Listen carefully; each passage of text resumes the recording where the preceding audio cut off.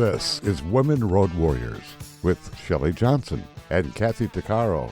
If you drive long haul, short haul, or heavy haul, they're here to empower and inspire women in the trades on tncradio.live.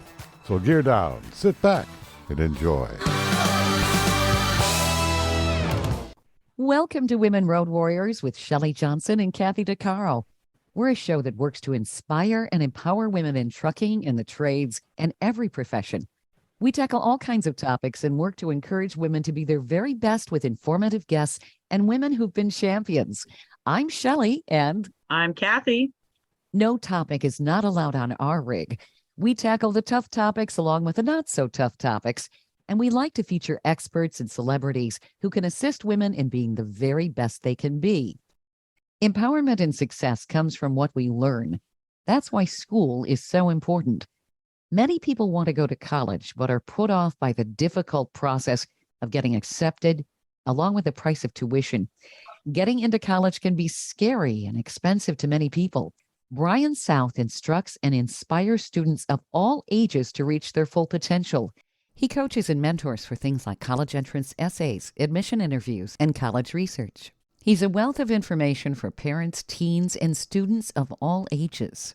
He's the author of Demystifying College Admission, Learn Key Strategies and Develop the Right Mindset to Get into the College of Your Choice.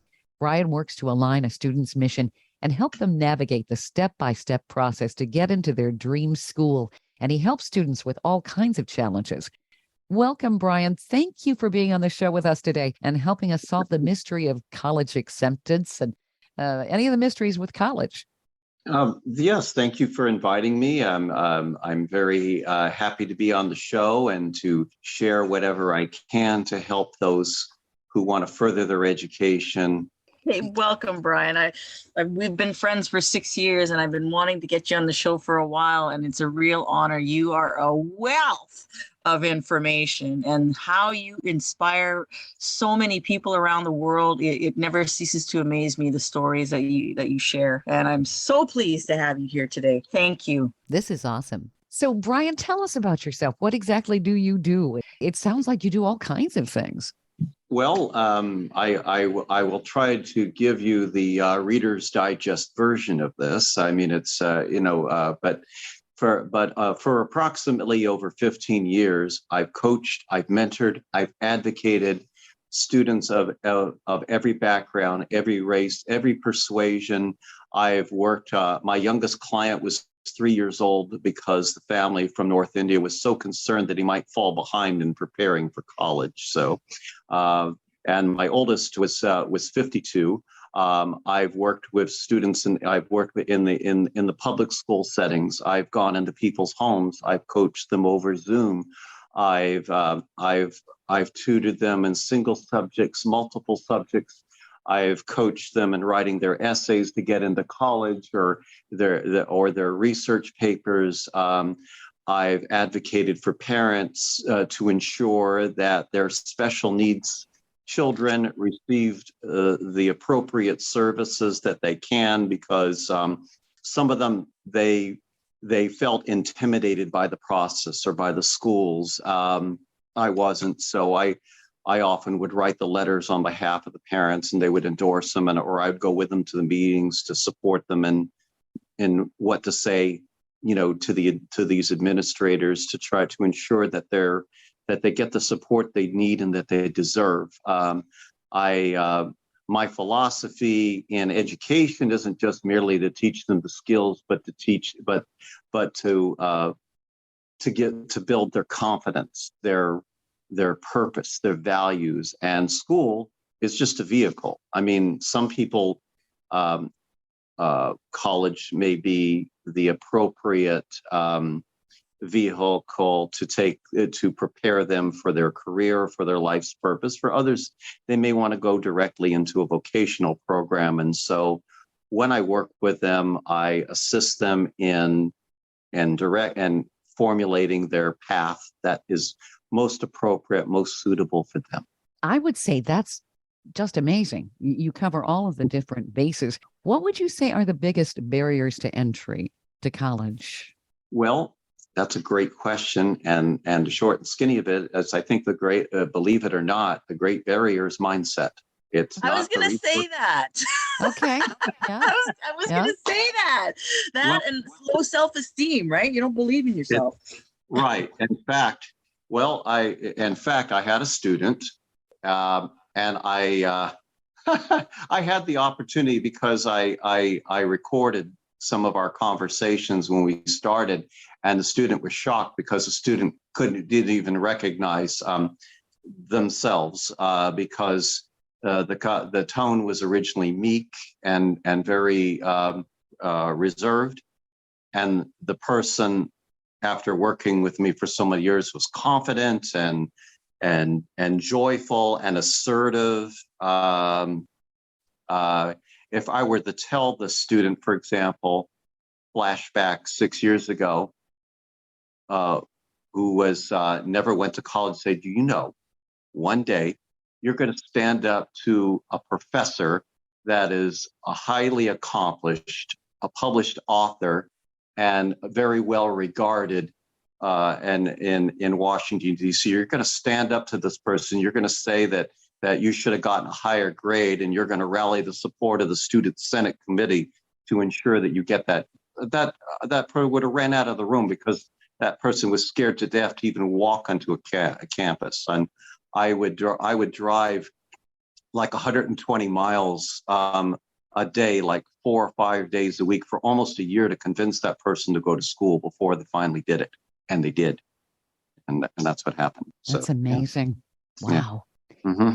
So going along with mindset, first of all, sure, tuition is higher. Yes, it is more competition. But then if you really think about it, was life ever easy for any of us at any time? Maybe the degree of hardship has changed, but there's always, it was never easy for me, even in the times when America was supposedly economically at its best. So what's the difference? But if you have a resilient mindset, if you have the right focus, if you have the right goals, if you're passionate about what you want to do, there's nothing that's going to stop you, because no matter how high the tuition is, you're going to find the people who will fund you. You'll find the resources to get there. You'll learn the skills to write the most persuasive essays that will encourage some supporters to empty their pocketbooks for you. It happens. It's happened. I've seen it happen.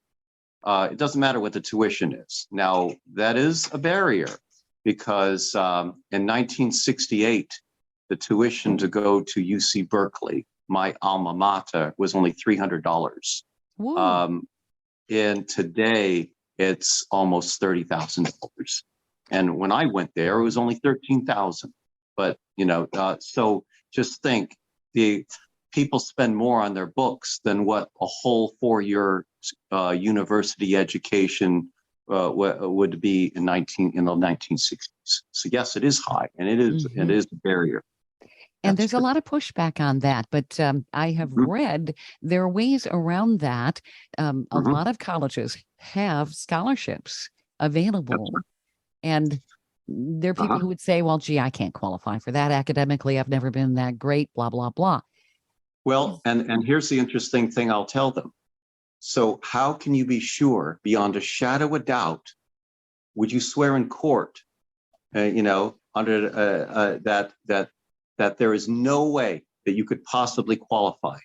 And they'll typically say, well, no, then, and how can you be sure you won't get it? If you're going to be sure about something that you're not sure about, why not be sure that you're going to get it? So, and as proof of that, I had a student who came in and was very unsure and said, I'm not worthy of this. I can't get this. But then when I showed the student how to write the essays to get those scholarships, and at a community college got over $14,000 in scholarship money. Hey, and now I'm worthy. Hey, I'm worthy. In fact, when are they coming? Now all of a sudden they start feeling worthy because now we're getting some tangible results here. Sure. Yeah. That's amazing. Yeah. It reminds me of when I give this particular workshop, and I call it flip the switch in your mind. Uh-huh. It's all on how you look at things. If Hmm. you're gonna if you have a tendency to the negative side, like most people do, Sure. you learn to consciously flip that switch in your mind, like rewire the pathways Uh-huh. and kind of do the opposite of what you would normally do. And it really, really works. So when you're coming upon a difficult situation, your automatic reaction would be either to back away or just stop. Well, maybe you flip that switch in your mind, and you take that step and you do something different than you would normally do. And Hmm. that's exactly what you're talking about. And it Well, really, really is also part of believing in the person you want to become and what you want for your life. well, I'll show you. I'll tell you something that you may find very intriguing too. That funding and qualifying for the college, believe it or not, has nothing to do with money. And here's why. Like I said, I've worked with students from every background. I've had students that I worked with where I went into the home and they barely resembled a living place. I mean, it was like the building was practically falling apart. I've also worked with students that were in gated communities and have an office space larger than my whole apartment for themselves. And they all have and they all, because as you were saying, Kathy, and this is so true, it's not about resources, it's our human nature to draw toward the negative. Mm-hmm. And there's actually a book called Outsmart Your Instincts, where the author says that we're naturally inclined to be negative because that's over evolutionary period, that's what kept us alive. Like if we saw, if we were out in the wilderness and we see some rustling in the bushes, it would be more beneficial for the survival of the species to assume that either a saber-toothed tiger is rustling in those bushes or a cobra than it would be that it's just merely the wind. See, so it's kept us alive. But the problem is that if we're not aware that we tend to think that way, then we tend to pass by opportunities that we could get because we just believe we don't get them. Now, the example of why I'm saying the money has nothing to do with it, because I was working with a client and I'm helping the student. The student wants to become a biomedical engineer. And so I was helping the student write essays to get into Stanford, to UT Austin, to Georgia Tech, some of the top name brand colleges that would be most appropriate for that major. And the student says, well, I can't write about education like that. And I go, well, why? Because I said, they want to know, what is your view on education? What does higher education mean to you? And what would a higher education mean at this university? She says, well, I can't write about that. And I go, well, why not? She says, well, I'm privileged. I never really had to think about that because my parents paid for everything. And I said, okay, I'm hearing what you're saying. You're believing that you are privileged, so that's why you can't do it. But but how is your motivation related to privilege? Now, I know people that no matter how many material resources their parents give them, they may choose not to study or use their time wisely. They may buy drugs with that money, or go joyriding and crash their car into a building. That's actually a true story where a student that, a friend of mine who had a student, the father just paid for the whole damn, boom, wrote one check, it's over.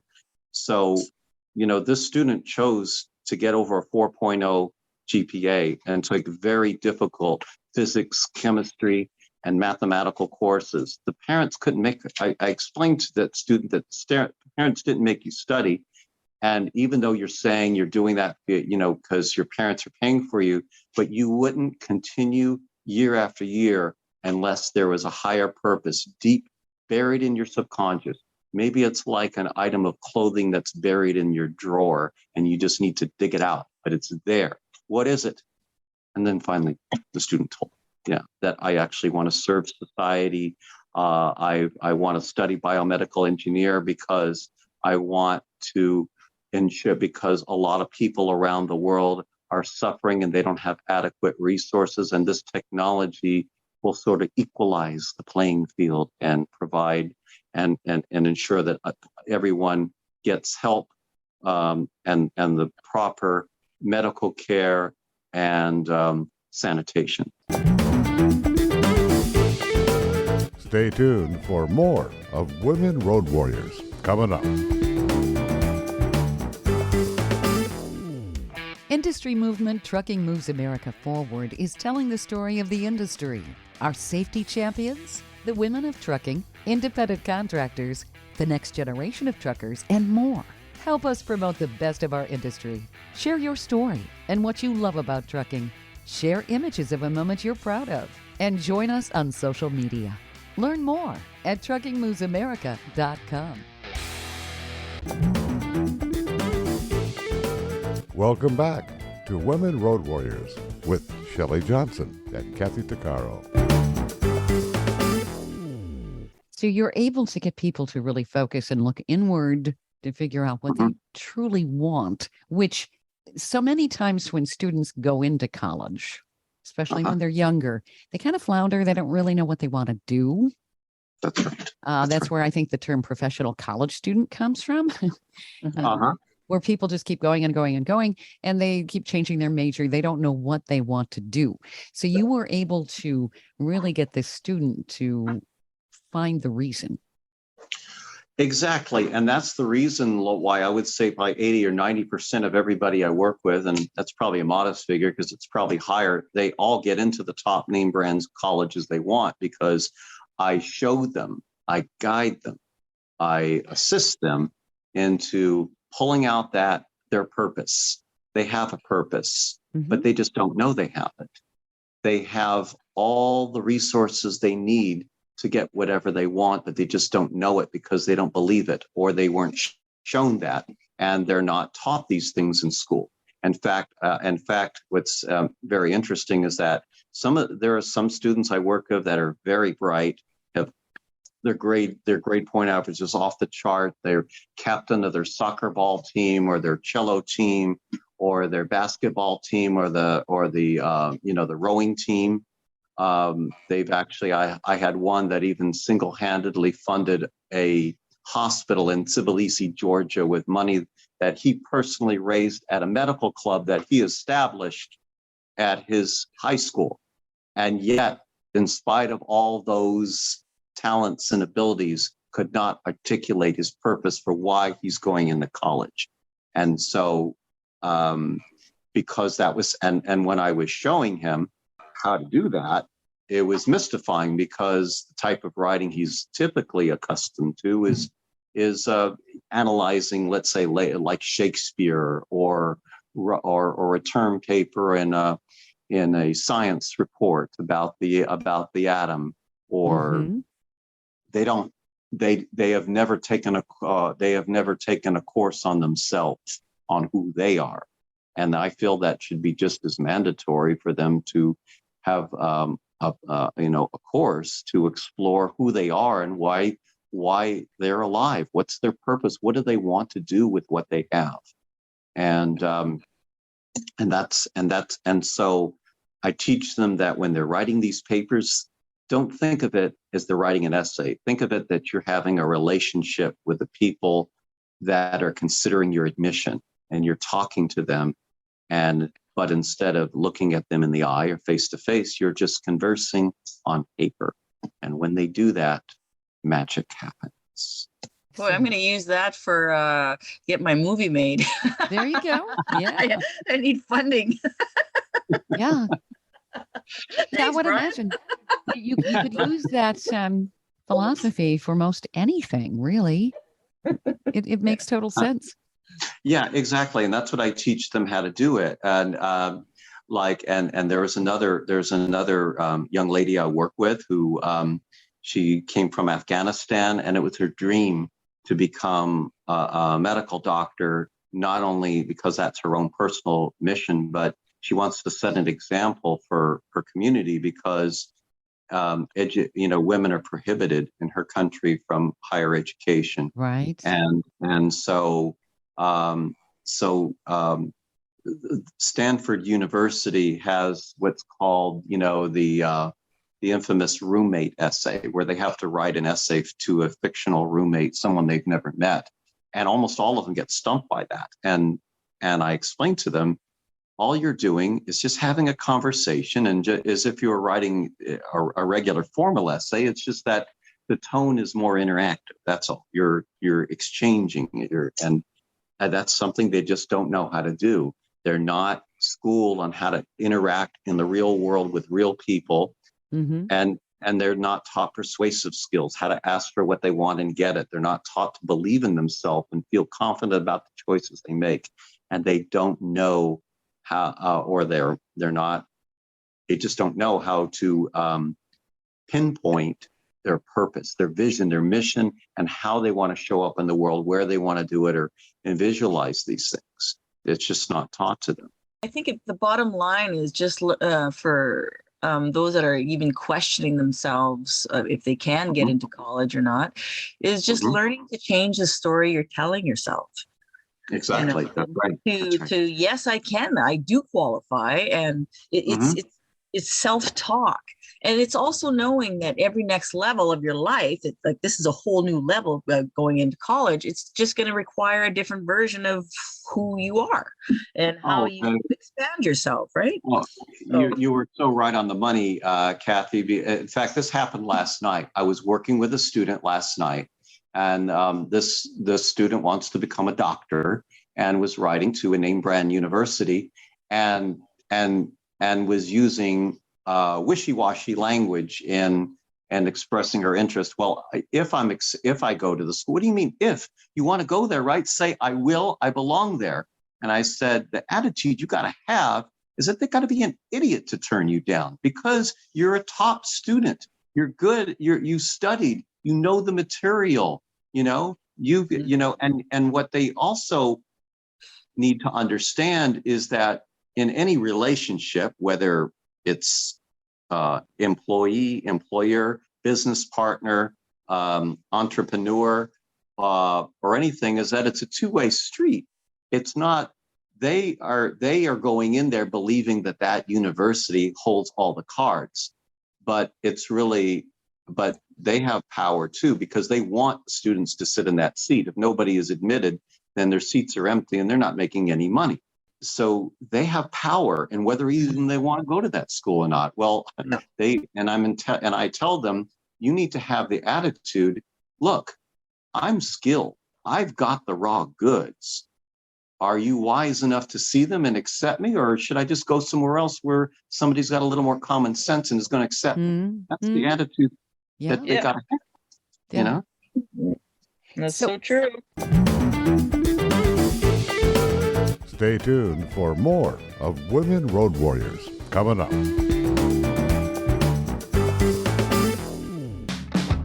Trucking Moves America Forward, or TMAF, is building a positive image of trucking by telling the story of the hardworking drivers and industry professionals who support the industry. And you can be a part of it.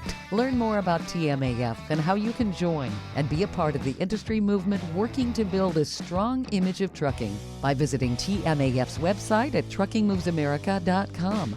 You can also follow us on Facebook, Twitter, Instagram, and our latest channel, TikTok. Welcome back to Women Road Warriors with Shelley Johnson and Kathy Tuccaro. Has it gotten more complicated with universities and colleges with the essays and the admission interviews and all of that? Certainly, years gone by, you had the ACT and the SAT and all of these entrance exams. Well, they're a bunch of hooey, if you just ask me. But yeah, I kind of agree with you there. Yeah, it's all BS, if I may say so. But frankly, the good news is the silver lining of COVID is that many universities no longer require the SAT or the ACTs. They're optional. So that's a good thing. Oh, good, because I remember just hating both of those exams. Well, and the reason why you hated them is because they're bogus. First of all, they're really an offshoot of Alfred Benet's, who was because prior to the SATs, they gave standardized IQ, and the whole idea was that that if someone scored very high in the IQ realm, then they'd probably be successful. But now, we're in the movement now where people are recognizing, that emotional intelligence is equally as important as intellectual intelligence. In other words, Yeah. because I've known a lot of students who've fallen apart and have gotten in serious trouble with the law or dropped out, and they intellectually they would score off the chart, but they could still lack as confidence as anyone else. Many of them are latchkey kids because the parents are high-powered people. They both are working, and the kids left at home. And, and without the guidance, they can get themselves into some serious trouble. And I've seen that. I've worked with some students that, material. I went to this one house where I worked with a student, and I think, the TV show Highway to Heaven could have used their house because it was like walking to heaven. It was like this big, long driveway. It took me 15 minutes to walk to their front door. It was Wow. that big. Jeez. Just from my own personal experience with meeting thousands of people, and there's every case is different, and every person is got their own story and stuff, but there's always that one that kind of stands out that touches your heart more than others. And I know I've had a few that just I can't forget, and they've so impacted my life. I guess it's a two-way street. I've impacted their life and they've impacted mine. And absolutely, is there one that you could share with us who has made that impact in your life, or vice versa? That is a great question. That is a great question, and I would say one person who actually impacted my life was one of the students I actually worked with. How shall I say it? Well, when I started to work with a student, I was 12 years old at the time, and the parents hired me because he was failing in school and he was very depressed. But after I started working with him for about a year, he did exceptionally well in all of his classes. But that isn't the main thing. What I mean, as far as touch, is that he's shown exceptional gratitude for the support that I gave him. In fact, the student wrote the foreword for my book. Oh, wow. Very cool. Yeah. And has always been very grateful and appreciative towards what I've done. And that was very inspiring for me and encouraging for what I've been doing, for the work I've done, because I offer the same dedication and support for everyone I work with, regardless of how they show up. But when there are those who genuinely show appreciation, gratitude, and that's very touching for me. You work with so many different people. You tutor, mentor, and advocate for peacekeepers, and you have services that advocate and provide college planning, scholarship support for foster youth, victims of crime, the incarcerated. Yeah. So people who would never dream of going to college, you enable them to do that so that they can change the course of their life. It's terrific. Yeah, some people have. Yeah, I did for about 6 months. I tutored a student in juvenile hall. Yeah, he was only 14 years old and was sentenced to life in prison. Wow. And I worked with him. Yeah, I'm not sure why he got that kind of a sentence, because my understanding was how shall I say this? He retired his abuser, but he received, but but I think it was at a time when juveniles are being tried as adults, and they just threw the book at him. It was I don't think it was just, but that's the situation. So I worked with them, and it was kind of interesting. It was like because when you can't bring any of your things with you, you have to put them in a locker, and I had to go through several vaults. And I couldn't even use a pencil because they could make weapons out of the pencil. So they'd give me this little rubbery thing that had, you know, a little lead in it, but I could barely hold it in my fingers. It was flabby like Jello, and we'd write with that. You know, so. Wow. That's quite the story. Jeez. You never cease to amaze me, Brian. I just love you to bits. I do.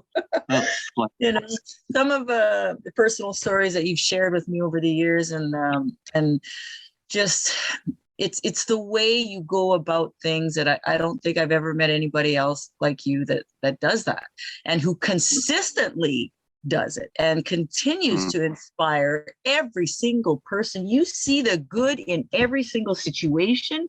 You have a way of analyzing things that most people don't even see, right? And you see the diamonds everywhere, and I love that.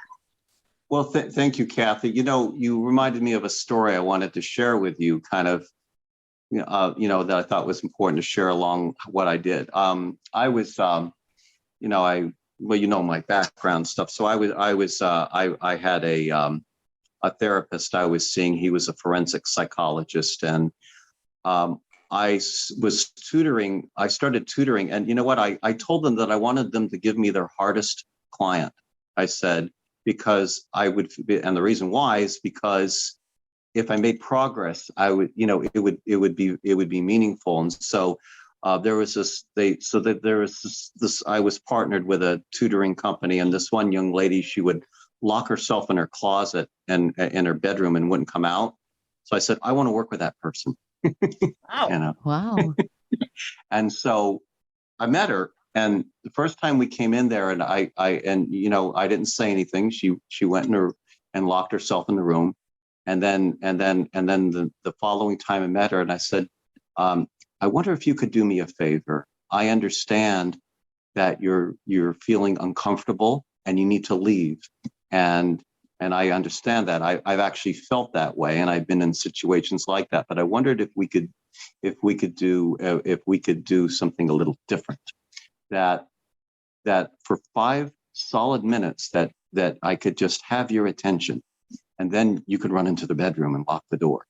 Can we do that? Can we just try that? And she says, okay, all right, we'll do that. So we did that. And you know, I use this principle, you know, they call like the burning frog effect. I mean, if you put a frog in the water, you generally increase the water. They don't realize the water is boiling. So I kind of use that same principle in working with her. I said, well, you know, you were able to handle 5. Can you handle 6 minutes today? And every day or every other time we met, I'd add a minute.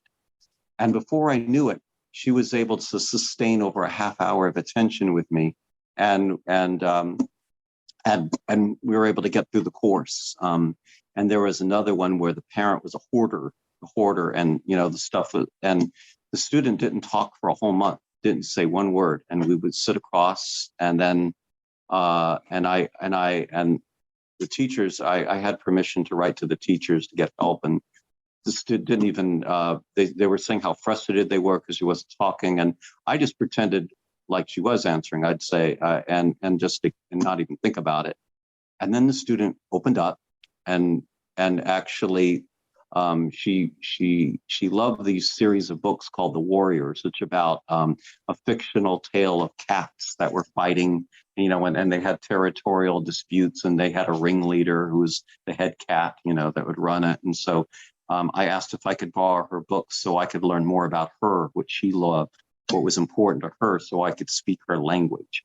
And so I would talk about that. And then she started to open up, and she was going to get kicked out of the school that she was in. And after a couple of months of working with me, she got on the dean's list, who was on the highest honors for her performance. Wow. That is awesome. Wow. That's powerful. Yeah. That's amazing. You see what I was talking about, Brian? You rock. Yes. You're my hero. Yes, he does. Absolutely. I think the clincher, though, was actually I was working with a student, and the student wanted to write about the death penalty. This was a student that wouldn't even give me 20 minutes of his time. Like, are we done? Are we done? and but we set a record, like we worked 3 hours straight one time. But I think the clincher was he wanted to write a paper about the death penalty, and then his mother was frustrated. Well, where are you going to find an expert on the death penalty who's going to, because I mean, if he was writing a research paper on how to grow African violets or something like that, well, that would be a clincher. But, so I just said, well, you know what? Because I have very strong intentionality. If I want something, I'm going to get it.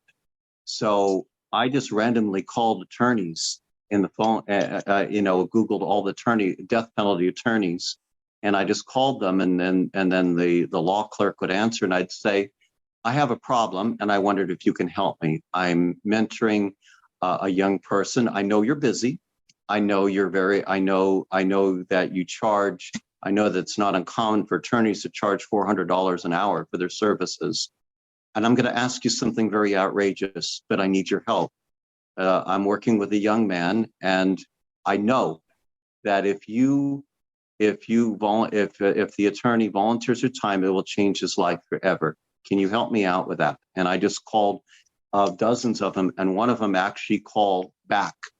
And this attorney just happened to be the top death penalty attorney in California, was voted Attorney of the Year, handled hundreds of high-profile criminal cases, and even was dealing with some controversial murder cases that she was preparing for that week, and volunteered and actually went on a Zoom call with my student. Oh, wow. Wow. That's amazing. Wow.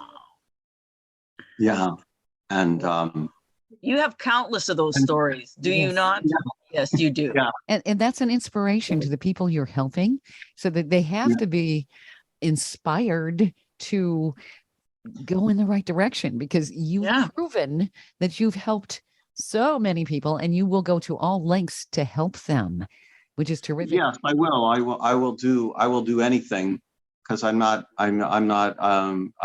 won't stop at anything. I don't worry about getting embarrassed or bothered about anything. I'll run up to somebody in the middle of the street and stop them and get them to do it, and I won't have any problem with that whatsoever. But the point of my doing that was not only to help the student get that research paper done, but it also will answer, it's to show them. And just as I'm showing you, well, how are you going to afford college? Well, think about it. Well, yeah, what would be the likeliness, if you think about it, that you could call an attorney, a high-profile attorney at random, that doesn't even know you or have any recall, and then they're going to join, and volunteer their time when they could be charging $400 an hour for their service, but they did it. See, it happened. So you just have to think outside the box. It's actually part of my service. I call it pivotal moments, because I went to the graduation of one of my students in Anaheim. It was in May, and his sister, who's now, in Santa Cruz, going to UC Santa Cruz, and the parents, they treated us to this amazing dinner, at the Cheesecake Factory.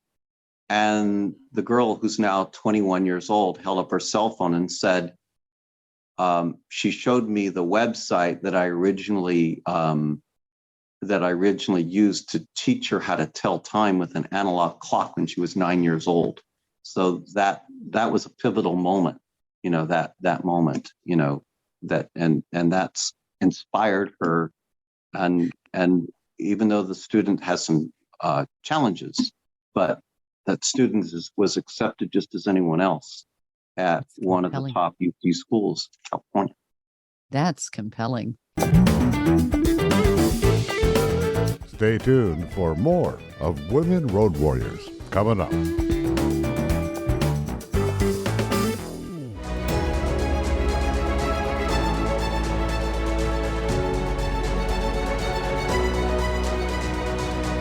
Kathy Tuccaro is nothing short of amazing. She not only drives the world's biggest truck as a heavy equipment operator in northern Alberta, Canada. She's an international motivational speaker and the author of Dream Big, an autobiography about overcoming a lifetime of trauma and abuse that led to dreams of success. Kathy inspires people the world over to change their lives and improve their self-worth. Her book will change your life. She's passionate about personal growth and believes anyone can change their circumstances and overcome their obstacles if they believe in themselves. Her life will amaze you and seriously inspire you. Be sure to order a copy of her book, Dream Big, on Amazon.com.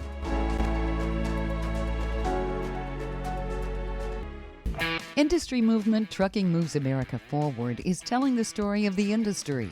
Our safety champions, the women of trucking, independent contractors, the next generation of truckers, and more. Help us promote the best of our industry. Share your story and what you love about trucking. Share images of a moment you're proud of. And join us on social media. Learn more at truckingmovesamerica.com. Welcome back to Women Road Warriors with Shelley Johnson and Kathy Tuccaro. Now, you work with non-traditional students, if you will. You said that the oldest student you worked with so far was 52. I know that a Correct. lot of people think about going back to college. And of course, Uh-huh. they'll say, well, gee, it's been years since I've sat in a classroom, yada, yada. Uh-huh. Is the barrier to entry maybe a little bit modified for the non-traditional student? Do they give life credits so that maybe they can clamp a class and that can help speed their process to getting a degree or certification in some sort? And do they have to go through all of these essays and so forth? University? Yes, that's a yes and no question. Okay. Yes, in the sense that if they want a traditional education that their younger counterparts do, then yes, they will have to write essays, and I've helped them do that. Mhm. And they got accepted just as anyone else. And yes, it's also possible that if they want to get life credits, and if they want to, in other words, it's a matter of personal choice how they want to do it, how much time they want to dedicate, what they want to do, when they want to do it. And this is what I tell them. Now, as you were saying, now a lot of older students will say, this will be harder for me because I'm older. I won't fit in. And but what I've learned in life is that, just as Shakespeare said in Hamlet, there is no good or bad, but thinking makes it so. And here's the thing: for every barrier, there's also an opportunity. There's a flip side. You see, in Western culture, we're taught to see opposites as nemesis towards each other. There's evil. There's black and white, meaning good or bad. But but in Eastern philosophy, they're actually they actually are compatible. They're like partners. They actually, like, both things can be true. Yes, it is harder. Yes, they, especially if they have children, they have families. It's not easy. They will have to. It'll be much more complicated. And if they're committed to a partner, either marriage or someone, then they have to work with that person, because if they're fortunate, the person that they're connected to supports their educational dreams and will support them. But if that person sees that attention is not going to them, it's going to the school, some relationships get broken up because of that, because it's a deal breaker. Yeah. So those are problems. Those are real problems. But on the other hand, what I told one student that went through school and did well is that being older has tremendous advantages that the younger start. First of all, you've lived and had, I told them, experience that they don't have. A lot of things that you take as common sense, they're just learning for the first time. Sure. Like some of the younger students, they've never had an apartment on their own. They've never balanced a checkbook. They've never even washed their own clothes. And but an older student, may have had children, may have obviously washed clothes, cooked, had jobs, understands the business world. And the other fringe benefit that I told them, the secret, is that the teachers will probably relate to them differently than they will. In other words, they'll see the younger ones like their children, and we're the adults. But they'll see you more, I told it, as equals, because you're really the same one, and they'll probably give you some insider information, or because they won't be able to help themselves because you look too much like them or resemble them. So there's actually a lot of advantages to being older. and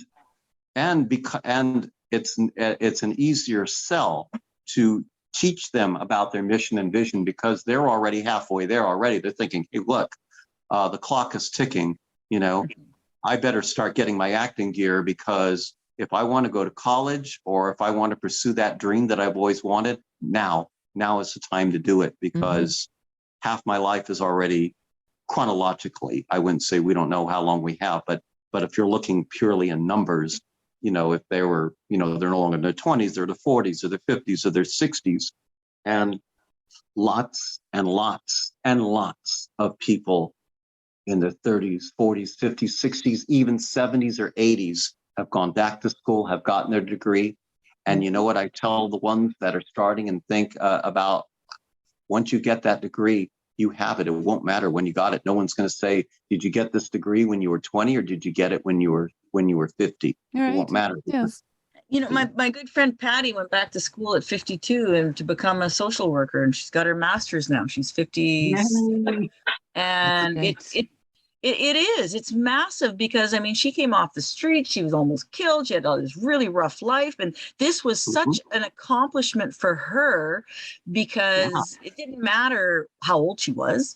The fact that she did it, coming from the lifestyle that she had, and just everything all involved.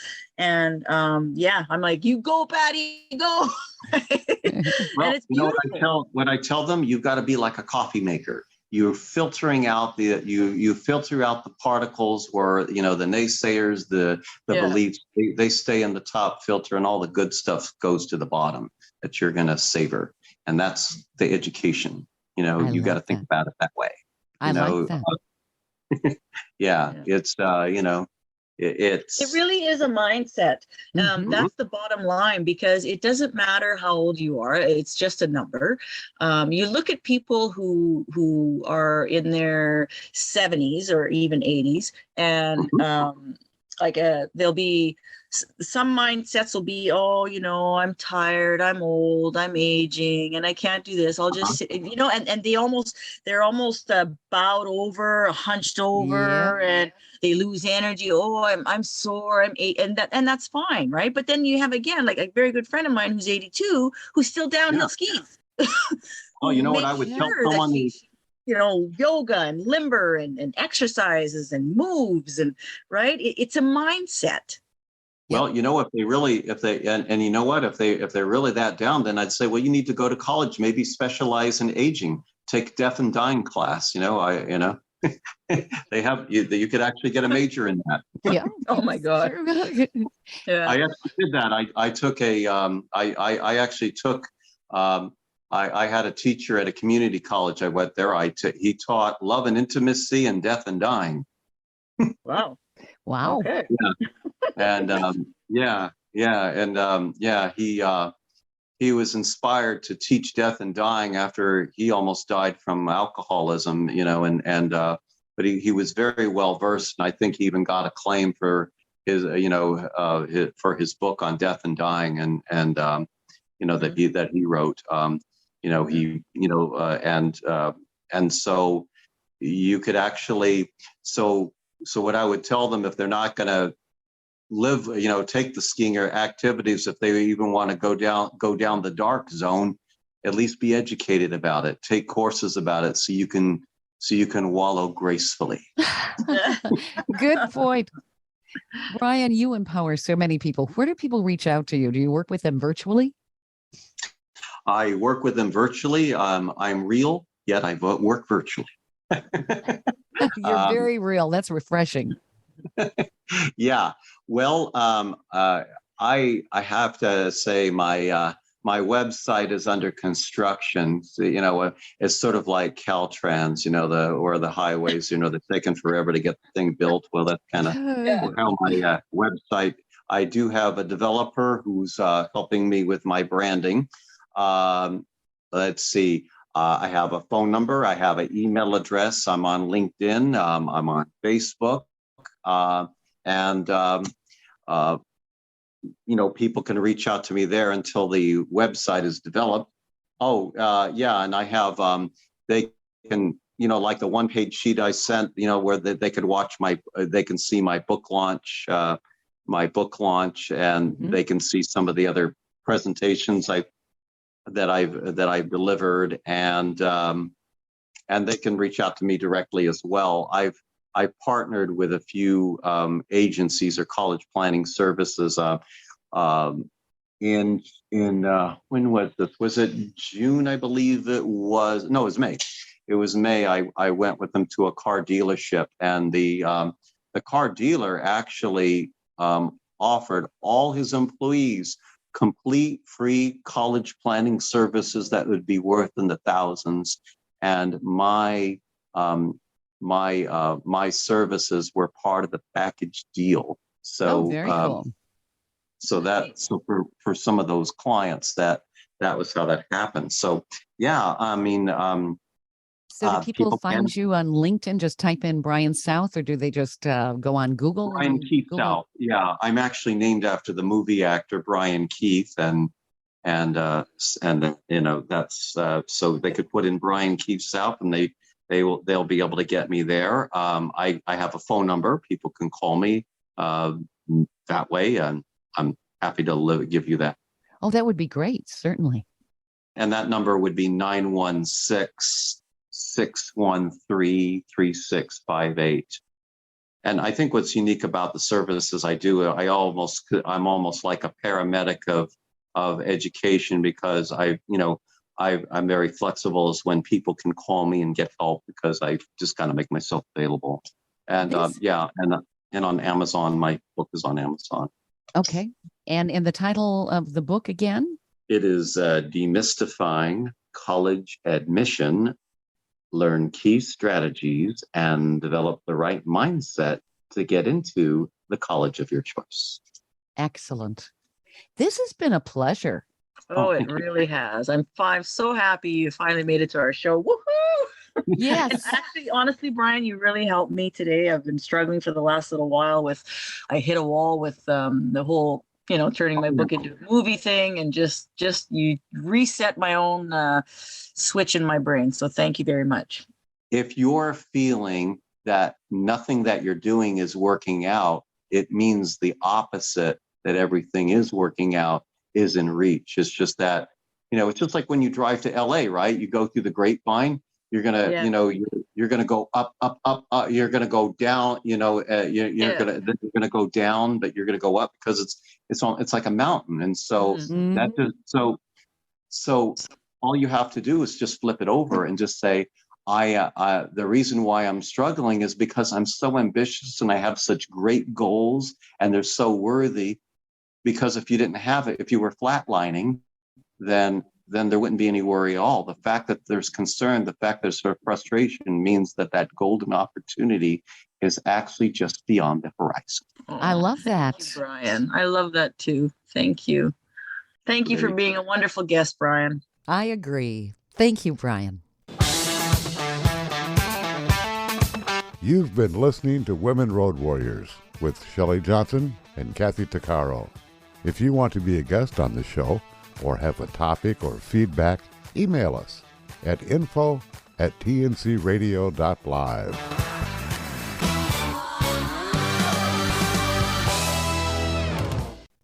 Thank you for listening to another great interview on tncradio.live.